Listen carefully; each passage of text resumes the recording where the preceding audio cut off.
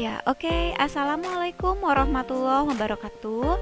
Bertemu lagi dengan Ibu. Pada pertemuan kita kali ini, kita akan mempelajari materi tentang sistem koordinat kartesius. Nah, ini sudah pertemuan ketiga di bab ini. Materi yang akan kita pelajari pada pertemuan ini adalah tentang kedudukan garis terhadap sumbu X dan sumbu Y. Oke, kita pelajari bersama-sama ya, bersama Bu Yuyun Wahyu Novidewi. Ya, tapi sebelum kita masuk ke pembelajaran kita, sekarang kita akan mereview dulu ya. Kita akan cek dan ingat kembali dari hasil tugas yang kemarin sudah dikumpulkan. Ada beberapa catatan yang perlu kalian perlu kalian catat gitu ya. Harus diingat gitu. Yang pertama adalah ketika menggambar di bidang kartesius. Pertama, itu harus menggunakan penggaris supaya rapih ya. Kemudian kalian tuliskan sumbu X, sumbu Y, dan angka-angkanya itu menggunakan skala yang tepat. Maksudnya apa? Jadi kalau kita menggunakan di sini angka-angkanya dari 0 ya. 0, 1, 2, 3 dan seterusnya. Nah, itu jaraknya itu harus selalu sama antara 0 ke 1, 1 ke 2, 2 ke 3, 3 ke 4 dan seterusnya itu harus sama. Begitu juga ketika ada di sumbu Y ya. Jadi jaraknya harus sama. Kalau kalian pakai penggaris ukurannya setengah senti, maka dari suatu angka ke angka selanjutnya itu juga sama, harus setengah senti. Jadi harus pakai penggaris ya. Kemarin dari tugas yang sudah dikumpulkan ada beberapa yang tidak memakai penggaris, akhirnya sumbu X dan sumbu Y-nya itu tidak rapi, jadi tidak tegak lurus gitu. Harusnya kan itu berpotongannya tegak lurus ya, membentuk sudut siku-siku. Oke, selanjutnya jangan terbalik antara posisi X dengan Y. Sumbu X itu adalah sumbu yang mendatar, sumbu Y itu adalah sumbu yang tegak. Jadi ketika menuliskan koordinat itu juga tidak bisa dibalik-balik. Jadi kalau kita menuliskan koordinat, angka yang pertama itu angka yang ada di sumbu X, angka yang kedua baru angka yang ada di sumbu Y, gitu ya. Oke, catatan yang ketiga, penulisan titik koordinat ya, yang tadi barusan Ibu bahas ya. Jadi jangan terbalik antara X dengan Y. Untuk titik koordinat itu selalu dalam kurung X, Y. Jadi angka pertama itu yang ada di sumbu X, angka kedua yang ada di sumbu Y. Kemudian harus dipelajari kembali ya koordinat terhadap titik 0,0 dan titik lain. Untuk pembelajaran kita kali ini ada 3 subbahasan. Yang pertama kita akan pelajari dulu apa itu garis, kemudian kedudukan dua garis, dan yang terakhir materi inti kita yaitu kedudukan garis terhadap sumbu X dan sumbu Y. Oke, kita akan masuk pembahasan pertama kita yaitu tentang garis ya.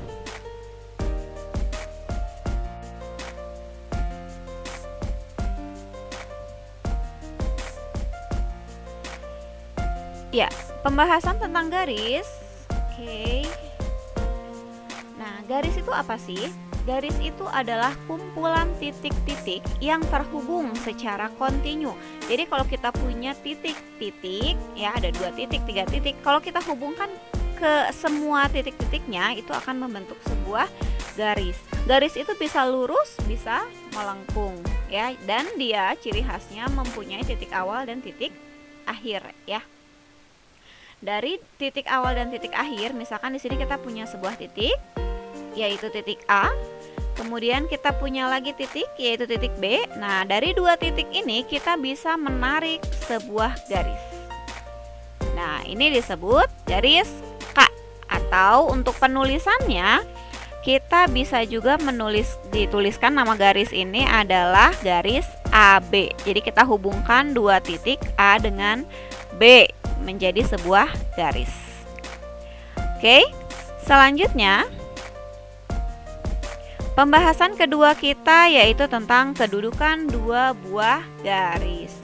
Nah, maksudnya apa sih? Jadi kalau kita punya 2 buah garis, posisi dari 2 garis itu bisa kayak gimana? Nah, ada beberapa kondisi nih. Bisa sejajar, berpotongan, tegak lurus, berimpit, atau bersilangan. Kita bahas satu persatu. Yang pertama, kalau garis itu sejajar. Dua buah garis dikatakan sejajar apabila berada pada bidang yang sama, kemudian tidak saling berpotongan antara satu sama lain. Nah, simbolnya gitu ya. Jadi, dua buah garis yang sejajar itu kalau kita tarik, misalkan gambar yang pertama ini ya, A tarik ke kiri, B tarik ke kanan. Artinya si A, garis AB ini kalau kita teruskan, kita panjangkan, ini tidak akan pernah berpotongan dengan garis CD. Ya, jadi kalau sama-sama kita panjangkan, AB diperpanjang, CD diperpanjang, ini tidak akan pernah saling berpotongan. Itu ciri khas dari garis yang sejajar. Lambangnya mana? Nah, ini ya. Lambangnya garis miring 2. Ini lambang dari garis sejajar. Kemudian garis berpotongan. Dua garis dikatakan saling berpotongan jika kedua garis tersebut terletak pada bidang yang sama dan saling berpotongan di satu titik. Contohnya gimana? Nah, ada 3 contoh di sini ya. Ini garis yang saling berpotongan, jelas ya. Selanjutnya,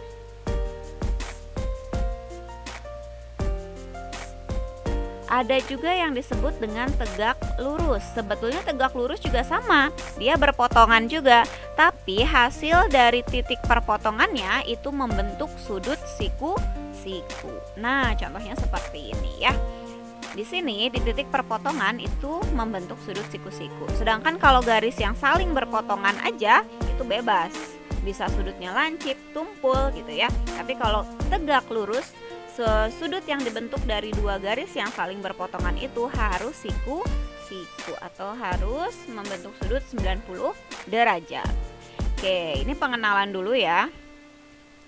Kita selanjutnya ke garis yang berhimpit. Nah, garis yang berhimpit ini sebetulnya terlihatnya seperti satu garis, padahal ada dua garis yang saling nempel gitu ya. Kalau berhimpit itu menempel, jadi antara satu garis dengan garis yang lain saling menutupi. Jadi terlihatnya seperti satu garis, padahal dua garis. Itu kalau berhimpit. Kemudian yang terakhir ini disebut sebuah garis bisa menjadi bersilangan. Nah, kalau bersilangan itu berada pada bidang yang berbeda. Dan apabila kita perpanjang garisnya, itu tidak akan berpotongan juga karena berada pada bidang yang berbeda gitu ya. Nah, di sini ini contohnya ya. Garis G dengan garis H itu dikatakan garis yang bersilangan. Oke, kita lanjutkan. Nah, ini inti dari pembahasan kita. Bagian yang ketiga yaitu kedudukan garis terhadap sumbu X dan sumbu Y ya. Oke.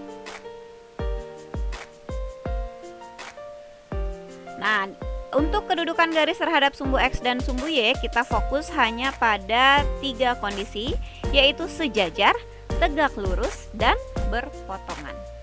Ya, kita pahami dulu satu persatu. Nah, bagaimana kedudukan terhadap garis sumbu X dan sumbu Y? Coba perhatikan gambar ini. Di sini ada 4 buah garis L ya, kita sebut L1 yang berwarna biru ya. L1, L2, L3 dan L4. Nah, dari gambar di samping kita bisa simpulkan bagaimana posisinya terhadap sumbu X. Nah, sumbu X adalah sumbu yang mendatar. L1 dengan sumbu yang mendatar itu apa? Saling sejajar. Begitu juga dengan L2, L3, dan L4. Nah, sekarang kalau terhadap sumbu Y bagaimana? Sumbu Y ini ya, sumbu yang tegak. Garis yang tegak dengan L1. Ini berpotongan tapi saling tegak lurus ya. Begitu juga dengan L2, L3 dan L4. Jadi bisa kita simpulkan garis-garis tersebut ternyata sejajar dengan sumbu X dan tegak lurus dengan sumbu Y. Jelas ya? Bisa dipahami? Oke, kita masuk ke kondisi yang kedua.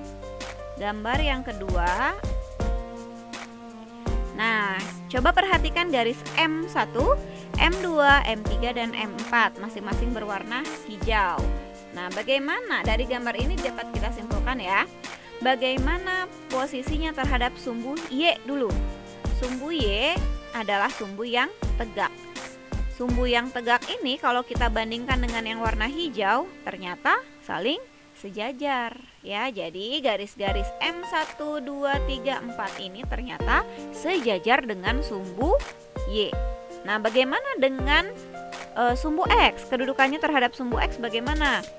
Garis yang warna hijau bandingkan posisinya bagaimana dengan garis yang mendatar. Oh, ternyata saling berpotongan tegak lurus. Jadi bisa kita simpulkan garis-garis M1, M2, M3, dan M4 itu saling tegak lurus dengan sumbu X ya. Nah, dari dua gambar tadi berarti dapat kita simpulkan kalau garis itu sejajar dengan sumbu X, maka pasti akan tegak lurus dengan sumbu Y-nya. Begitu juga sebaliknya, kalau suatu garis sejajar dengan sumbu Y, berarti dia pasti tegak lurus dengan sumbu X-nya. Kenapa? Karena X dan Y itu saling tegak lurus. Oke, kondisi yang terakhir, jika ya ini ya gambarnya ya. Nah, di sini ada dua garis N1 dan N2 yang berwarna merah ya. Oke, bagaimana dari gambar ini dapat kita simpulkan garis yang memotong sumbu X dan sumbu Y itu adalah N1 dan N2. Jadi N1 akan memotong sumbu X, begitu juga memotong sumbu Y, tapi tidak tegak lurus ya. Begitu juga dengan N2. N2 memotong sumbu X dan memotong sumbu Y. Artinya N1 dan N2 itu saling berpotongan dengan sumbu X dan sumbu Y. Oke, jelas ya? Kita akan lanjutkan ke contoh soal. Nah, di sini kita punya contoh soal. Gambarkan garis L yang tegak lurus dengan sumbu X berada di sebelah kanan dan berjarak 5 satuan dari sumbu Y. Nah, kita jawab. Langkah pertama kita gambarkan dulu ya bidang kartesius. Bidang kartesiusnya kita sediakan dulu. Kemudian kita lihat garis L itu tegak lurus dengan sumbu X. Kalau tegak lurus dengan sumbu X berarti dia sejajar dengan sumbu Y. Berada di kanan sejauh 5 satuan dari sumbu Y. Berarti di mana? Nah, geser dari sumbu Y ini kita geser 5 langkah ke kanan. 1, 2, 3, 4, 5. Kita peroleh garisnya di sini ya. Maka ini yang disebut dengan garis L. Ya, selanjutnya contoh yang kedua.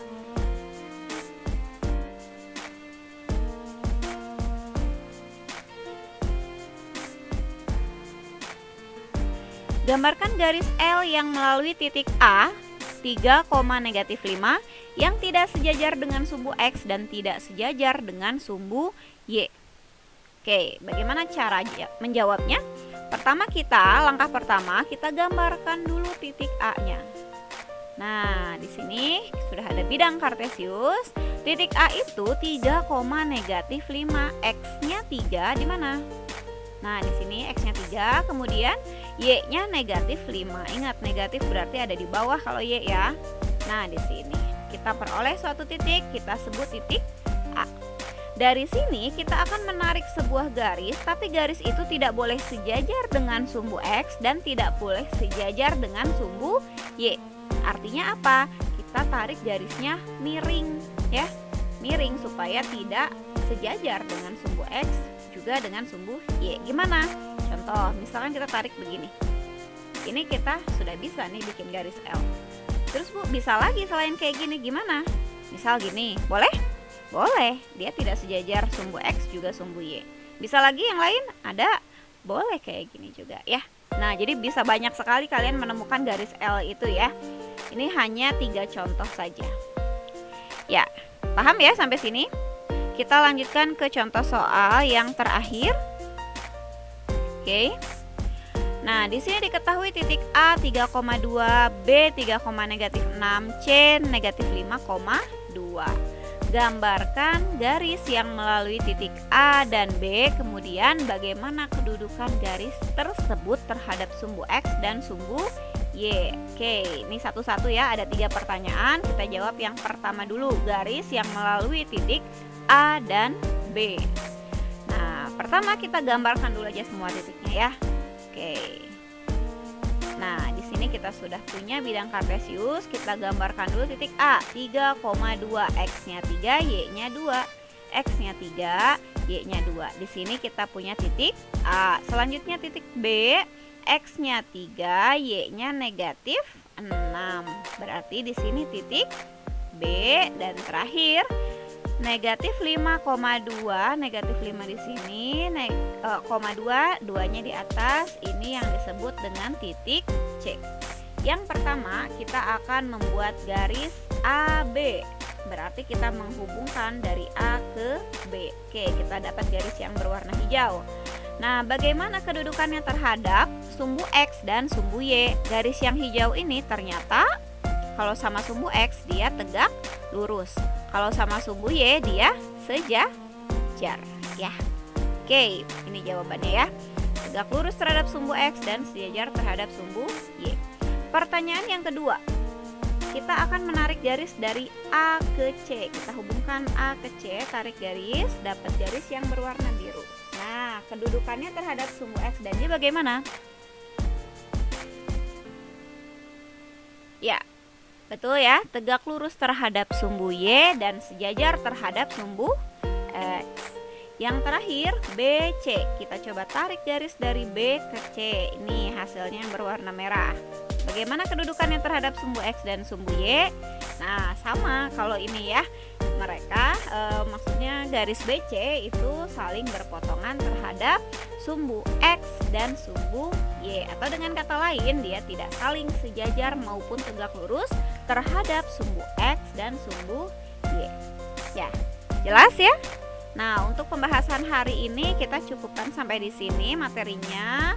Artinya tugas kalian selanjutnya adalah mengerjakan soal. Nah, soalnya apa?